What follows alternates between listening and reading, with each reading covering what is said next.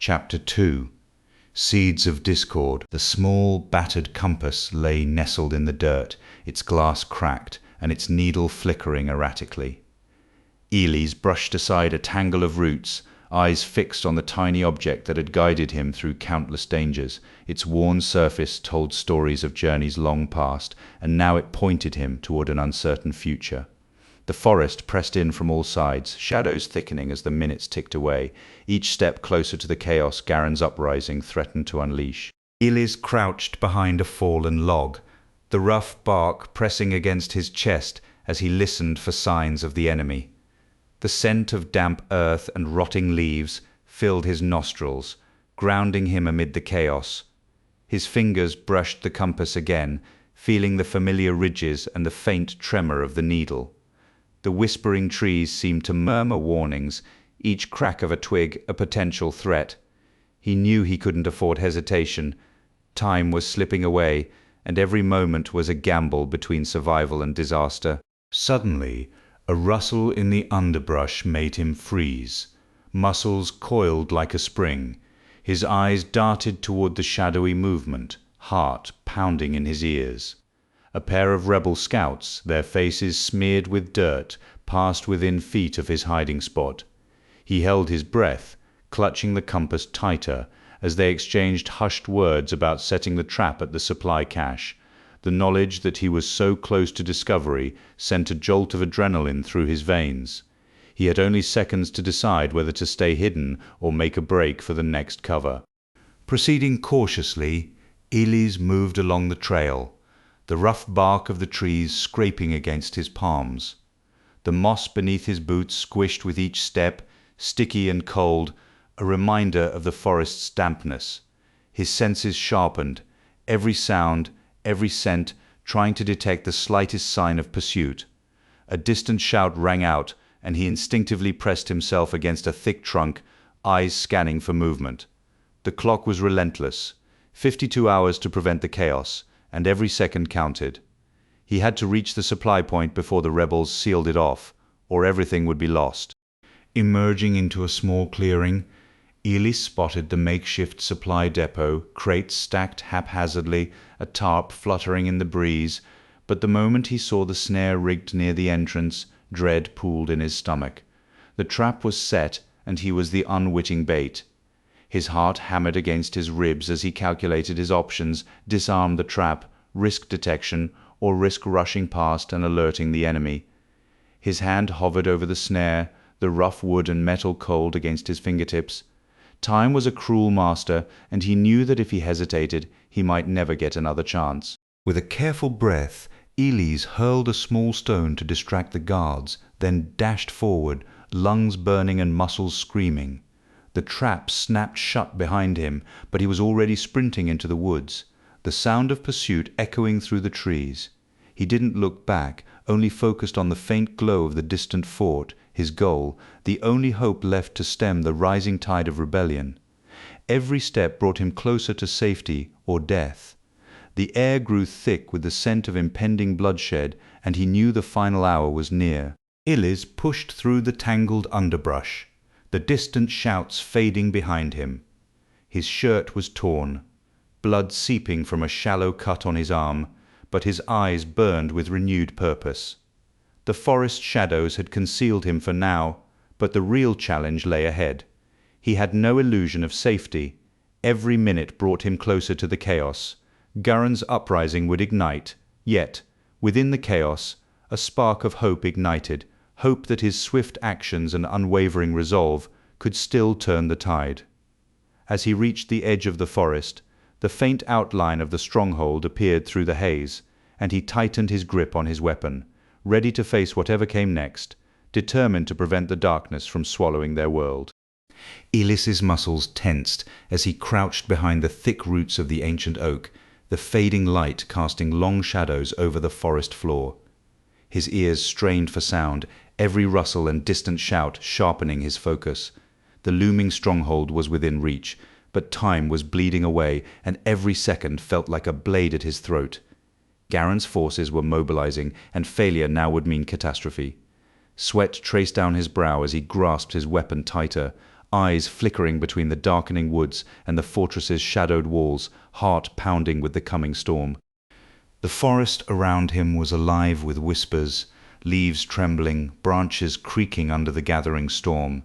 His senses sharpened, ears picking up the faint scrape of metal, the muffled voices of enemy scouts, the distant thunder echoing the chaos brewing beyond the trees. He pressed himself lower, muscles coiled like a spring, knowing that each heartbeat brought him closer to the edge of disaster or salvation.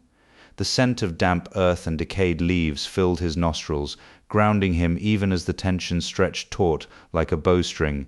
Shadows flickered at the edge of his vision, dancing in time with his racing thoughts, reminding him that seconds counted and hesitation could be fatal. Suddenly, a snapped twig shattered the quiet, and his body jerked instinctively. Two figures emerged, cloaked and cautious, their weapons half raised. Eyes met in silent acknowledgement, scouts, allies perhaps, or spies. His grip tightened, heart hammering in his chest. "Identify yourselves," he barked, voice edged with suspicion. The figures halted, exchanging wary glances, their hands still on their weapons.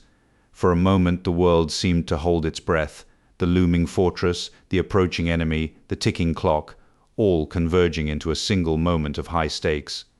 Every detail sharpened, every sound magnified, until it felt as if the very forest was conspiring to drown him in the chaos. The scouts lowered their weapons slightly, voices hushed but urgent. "We're on Garen's side, but we need to warn the command before nightfall, or all is lost." The words spilled out quickly, desperation etched into their faces. Elis's mind spun, trust, betrayal, time slipping away like grains of sand. The distant rumble of artillery and the scent of scorched earth grew louder in his awareness. He knew that if they hesitated, the opportunity would vanish, swallowed in the darkness. "We move now," he commanded, voice steady despite the pounding of his heart. The dark thickened around them, a silent witness to the unfolding crisis, as he prepared to lead the charge into the chaos that would decide their fate. As the distant thunder faded into the night, Elis straightened, muscles aching but spirit unbroken. The forest's whispers persisted, now tinged with the distant sounds of battle, metal clashing, shouts ringing through the trees. The fortress loomed ahead, a silhouette against the storm-darkened sky, its gates momentarily unguarded, a fragile opening in the chaos.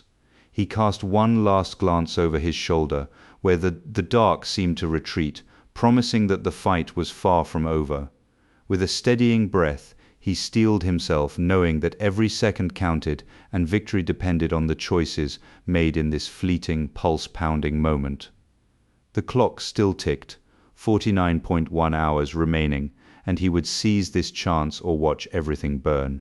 The letter had been slipped under his door sometime during the night, written in handwriting he recognized as his own.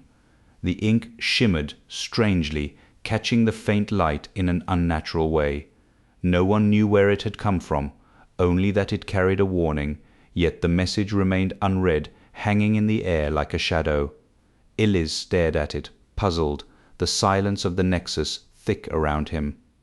Outside, the city waited, unrest simmering, just beneath the surface, but inside these walls a different threat lurked, one he couldn't yet see. With each step, the alley grew narrower, shadows pressing inward like the walls themselves were closing in.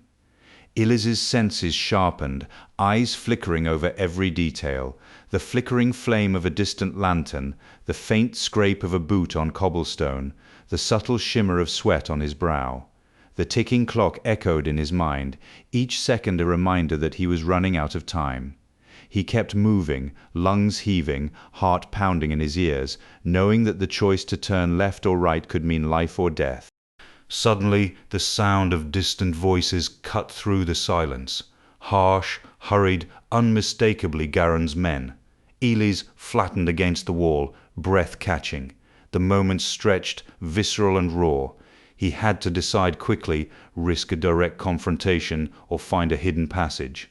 The alley ahead was blocked, but to his right a shadowed doorway beckoned. He hesitated, then darted toward it, the world narrowing to this single choice. Every heartbeat felt like a countdown, 45.7 hours to prevent the chaos, and he was racing against it. The narrow passage twisted sharply, the air thick with dust and the scent of damp stone. Elise pressed himself against the wall, listening for footsteps, eyes darting into the darkness. He could hear the distant murmur of soldiers, their voices muffled but urgent. He moved silently, merging with the shadows, mind racing for a plan. The city's fate depended on him, on this fleeting moment of stealth and resolve. He could feel the clock pressing down, each second slipping away like sand through his fingers. Breaking into an open square, moonlight spilling over fractured cobblestones, Elise's breath hitched. The square was deserted, but he knew better than to linger. To his left, a faint glow from a side door offered hope. To his right, the dark beckoned deeper into the Nexus's core. He chose the door, heart pounding, and slipped inside just as the distant shouts grew louder behind him. Inside, darkness cloaked everything, and he felt the cold sweat on his brow, every second a gamble, every movement a necessity. The clock read 45.6 hours remaining. Time was his enemy, and he had to outwit it. Climbing out the window onto a narrow ledge, Elise felt the rush of cold air. The ground below was a drop into darkness, but the alternative capture was worse. He swung his legs over the edge, landing in a crouch, pain flaring in his ankle. He pushed himself up, ignoring the ache, and moved swiftly into the winding alleys. Every turn was a gamble, every shadow a threat. The city's chaos was closing in, and he knew that in less than a day, everything could change. Garen's forces were close, and Elise had only hours left to find the emissary and stop the uprising before it was too late. Navigating the narrow, twisting streets, Elise's senses remained alert. He heard footsteps, saw flickering torchlight, and felt the faint tremor of anticipation in his limbs. Every decision was critical, every second counting down, 45.5 hours left. He pressed on, knowing that the key to salvation lay ahead, hidden among the dark. An alley opened into a courtyard, and he caught sight of a figure cloaked in darkness. His last chance. Heart pounding, he approached, only to recognize a face he feared. Trust was a gamble, but he had no choice. The clock ticked on, each second more precious than the last. Finally, in a hidden nook, Ellis caught his breath. The faint glow of a lantern illuminated a map, a collection of clues, the last hope of stopping Garen. He traced the lines with trembling fingers, each detail vital. The moment was tense, the stakes impossibly high. He had to decide, move now or wait for a better opportunity. Every second was a gamble, every choice a step toward either salvation or destruction. The silence was deafening, broken only by the distant hum of chaos outside. The clock read 45.4 hours. He clenched his fists, steeled himself, and prepared to act. He slipped into the dark heart pounding with the moment. The city's chaos loomed just beyond the alley, a storm ready to break. The clock's relentless tick echoed in his mind, each second a dagger. Garen's forces advanced, and the fate of everything he loved depended on this fleeting chance. As he pressed forward, the dark swallowed him, but his resolve burned bright. The battle to prevent the uprising had only just begun, and with every step he moved closer to either salvation or ruin. The night stretched ahead, dark and uncertain, yet within him a flicker of hope refused to die.